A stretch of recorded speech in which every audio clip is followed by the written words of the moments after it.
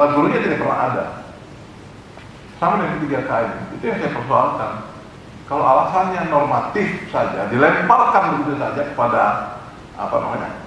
floor, tapi kita yang harus mengintervensi. Nah itu kayak gitu. Jadi Bapak Ibu, saya mau kasih ingat nih cara pandang kita ya. Ini barang semua jelas nih. Kita saja sebagai awaknya yang harus mau punya figur gitu, kekuatan yang kuat untuk menyatakan bahwa ya kami berpihak kepada orang asli Papua. Itu. Jadi jangan pura-pura sibuk dengan sendiri dan kemudian melakukan upaya-upaya yang pada akhirnya, yang penting kan saya sudah normatif.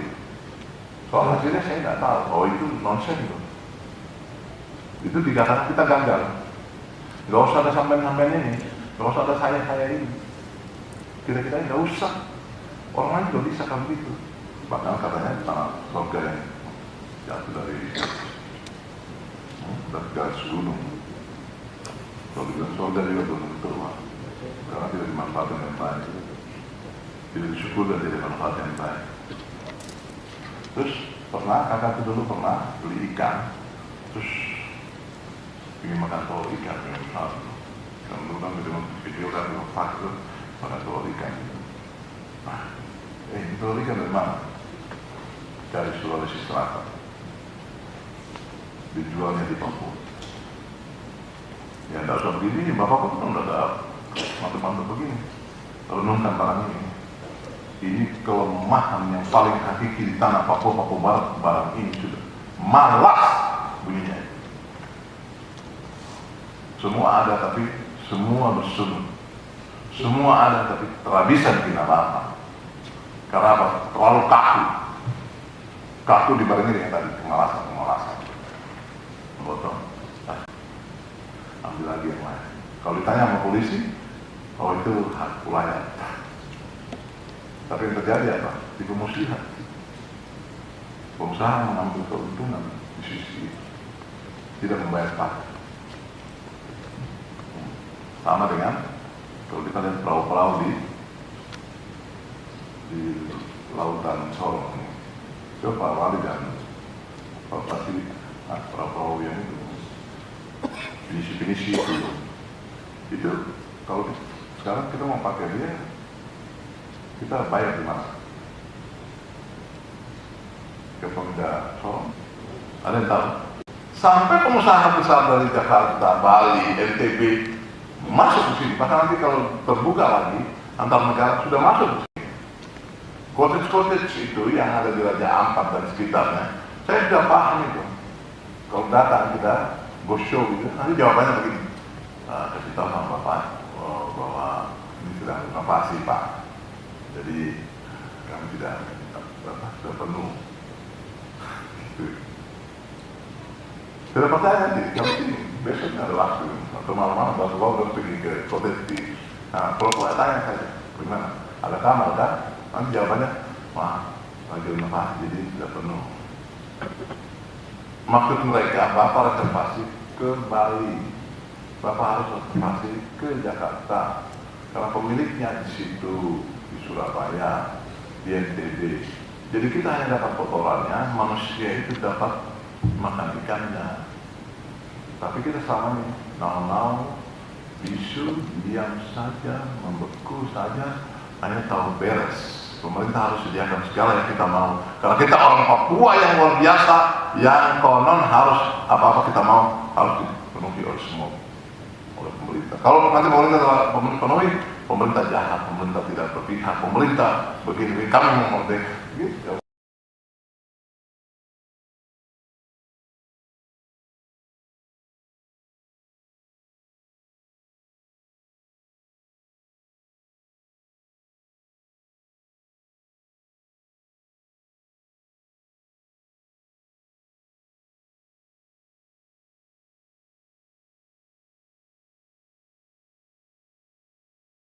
Ya, jadi hari ini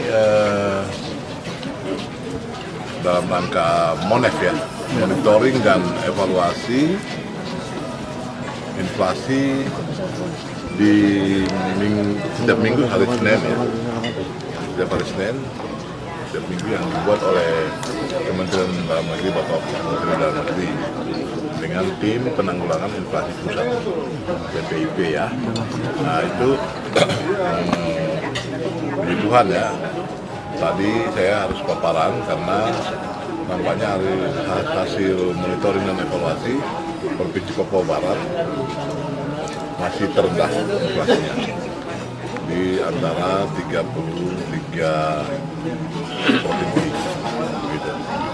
Hingga tadi diminta menyampaikan kiat-kiat apa saja yang dilakukan sehingga bisa inflasi terendah.